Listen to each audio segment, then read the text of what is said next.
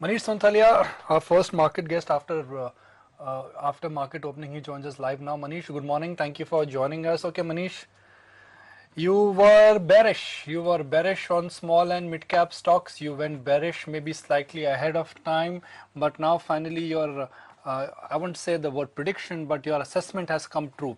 Do you think mid cap stocks have still some more, scope left to correct, or now we are nearing the end of the decline?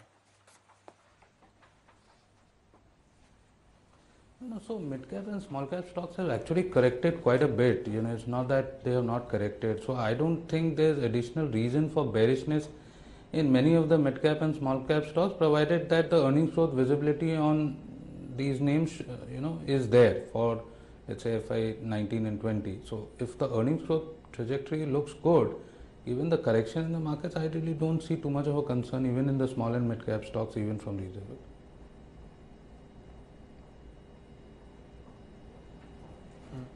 So what's been the tone of nature of activity at your end, Manish? Are you buying into this fall or are you conserving cash? If you're buying right now, which way are you tilting? Are you going towards global growth or are you aligning your portfolio towards local growth?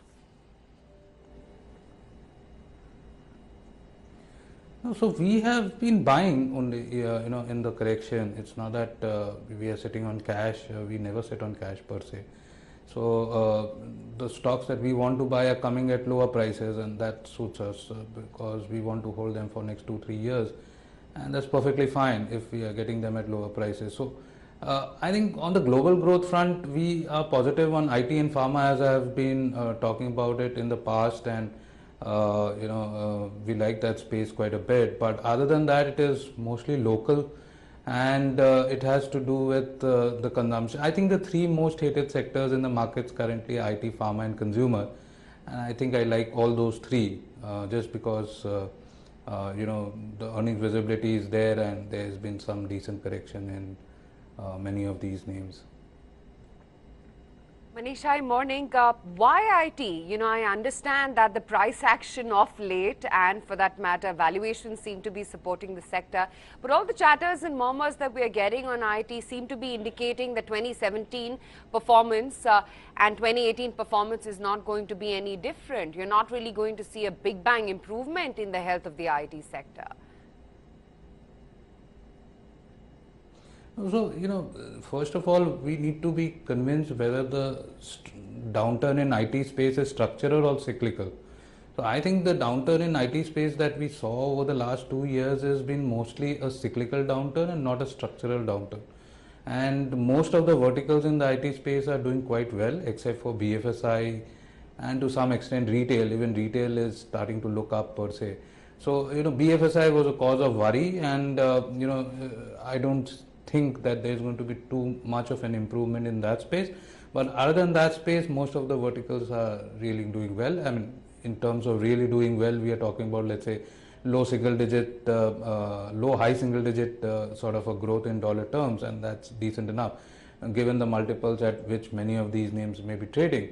And given that most of the work which is now shifting away from time and material to more value add sort of a space, guys who are able to extract operating leverage out of these names should be doing fine. And just that the valuations were so abysmally low, and that now they have corrected some bit, but I think there's still room for correction on valuations on the upside, not correction, the re-rating on valuations on the upside from these levels, and that is why they will continue to outperform in the markets going forward. And that's the simple reason that I can ascribe to IT space even now, even though the environment may not be all that conducive, or we are not really looking at very strong budget expectations from clients, but just that incremental delta on the IT space going forward looks positive, and most of the verticals seem to be doing well, except for BFSI, which of course is bulk of the work which the IT companies do. But other than that, I think guys who are actually having niche presence in verticals should be doing fine. should one do with metals right now, Manish? Because barring JSW Steel, wherein 20% of their revenues come from the US geography, and Tata Steel because of its European operations, India exports only 2%, and our exposure to US steel is as minuscule as that, just about 2%.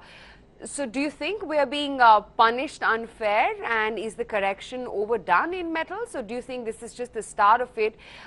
There could be dumping into our country considering tariffs could be hiked in the US, or for that matter, I mean, this could be just all talk, no action for all you know from the US. Even if there is some action, for all that is being said, I think Indian steel guys are not really going to get impacted that badly as is being made out to be. It's going to be broadly the European guys who are going to face the brunt of the oversupply that we are looking at.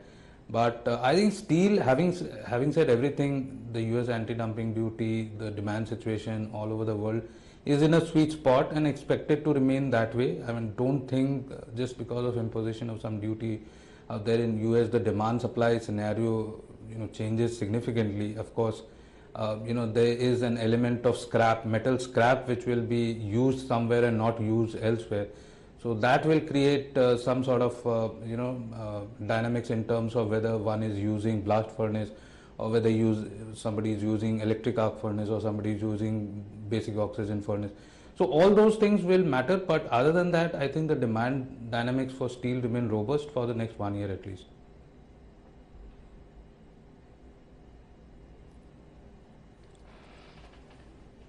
You don't own metal stocks. You're sounding bullish on metals, you're bullish on steel. Your take is that global growth is back. How come you've not really bought into metal stocks in your portfolio? And if you have bought, then please enlighten us which one. No, so I have not bought any metal stock, but I have bought one consumable which is used in metals and which is graphite electrodes. I think the outlook remains quite positive on that space. It's nothing to do with, of course, it has some correlation with steel prices moving up and down, but it's a consumable used in the making of steel through the electric arc furnace. I own HEG in one of my portfolios, and that's the only exposure that I have to metal space.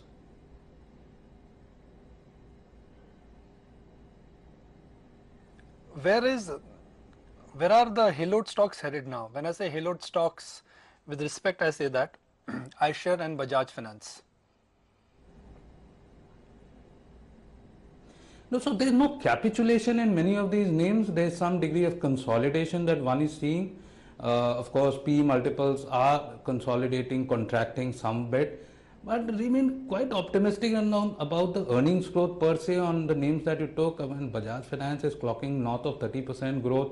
Outlook for the next 1-2 years remains that way. So, if valuations correct from, let's say, 5 times price to book or 6 times price to book 1 year forward to something like 4.5 times price to book, it's perfectly fine. I mean, don't get perturbed just because the valuations are correcting some bit. And similarly, in the case of iShares, I mean, they are clocking 25% sort of a growth, even if we don't see any margin expansion from these levels. 25% growth sounds good. Valuations are correcting. It's how many years of growth that you want to see on these names, and now that the CV cycle is also turning, I think it fits the temperament, and don't want to expect anything more than 25% earnings growth, and if the valuations are good, we are happy buying them at lower levels also. Could pharma, Manish, turn out to be a lucrative trade, because things seem to be finally looking up? The Form 483 observations for both Sun Pharma's Halol unit and Unit 4 of Oro Pharma have not been critical in nature. Yeah, as I've been saying, of course, Sun Pharma has been going through a lot of pain over the last 2-3 years, and now, 23 observations, 19 observations, and now 3 observations. Looks like that they are going to get a clear, clearance for the Halol facility. But coming to the point of the pharma story in India, obviously price erosion on generics was the key problem, and belief is that with one of the large pharma companies globally going through a lot of balance sheet issues and problems due to, and there can be some restructuring on that company, and that would mark the end of the generic price erosion in the US. And US FDA quality control issues have been going through for the last 2-3 years, and most of the large pharma companies have gone through either 483s or warning letters, or all those things, and remedial action is on its way. I mean, some bit more may be required, but I think the pipeline of the Indian pharma companies remains pretty good for a 15 to 20% sort of a growth, even though price erosion has come through.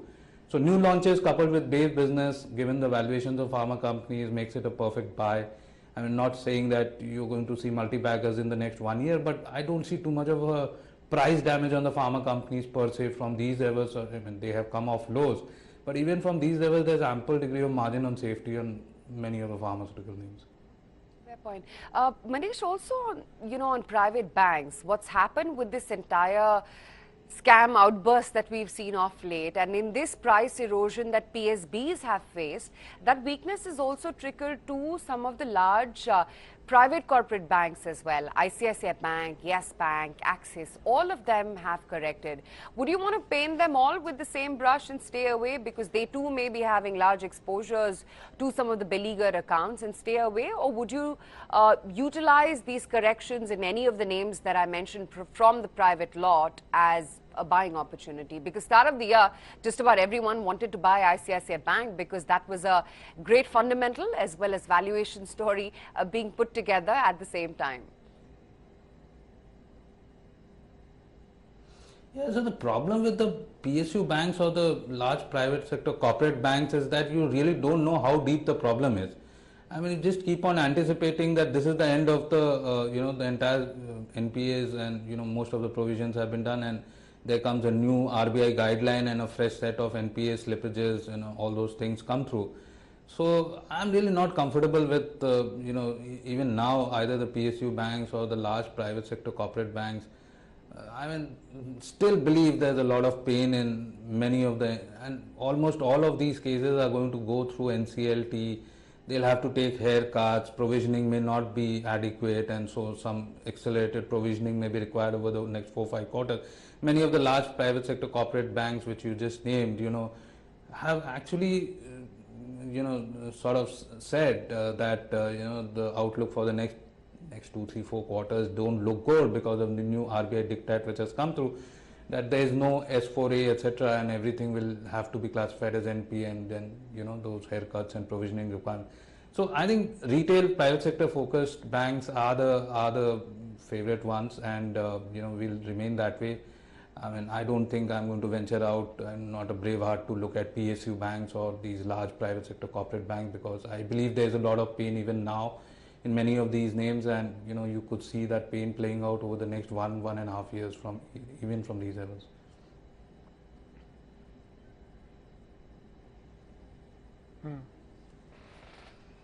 Well, Vakrangi is up another 5%, but it's just one of those stocks where you frankly cannot have a view given corporate governance issues and the volatility what that stock has seen.